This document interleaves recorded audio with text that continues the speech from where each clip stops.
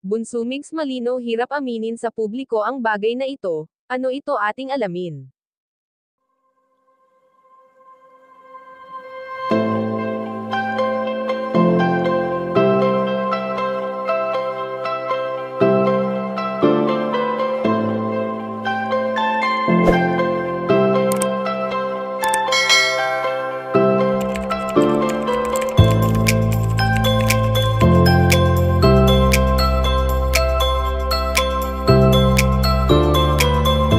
Hindi naman lingid sa kaalaman ng lahat na puro trabaho lamang ngayon ang ginagawa ni Bunso Migs Malino, kaya naman sa tuwing nagkakaroon siya ng oras ay namamasyal sila ng mga taong mahal niya sa buhay.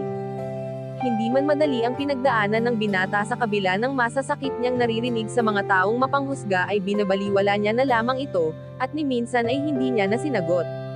Sa ganitong pag-uugaling mayroon si Bunso Migs Malino ay talagang alam natin na napalaki siya ng maayos ng kanyang mga magulang at proud na proud si Nanay Belen sa kung ano ang nakakamit ngayon ng kanyang anak.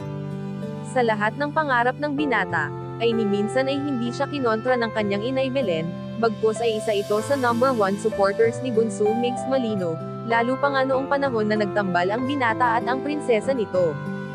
Walang ibang hinangad si Nanay Belen para sa kanyang mga anak kundi ang lumigaya ang mga ito sa kanya-kanya nilang landas na tinatahak sa buhay. Subalit ngayon nga ay ayon sa aming impormasyon na nakalap na hirap aminin ni Bunso Migs Malino sa publiko ang bagay na ito, at ito ay ang labis niyang pagkalungkot sa tuwing na pag-uusapan ang kanyang cutie mahal, dahil magpasa hanggang ngayon nga ay nananatiling sariwa pa rin para sa binata ang mga alaalang iniwan sa kanya ng kanyang prinsesa. Kayo mga kachika, anong masasabi nyo dito? Please leave the comment and don't forget to subscribe.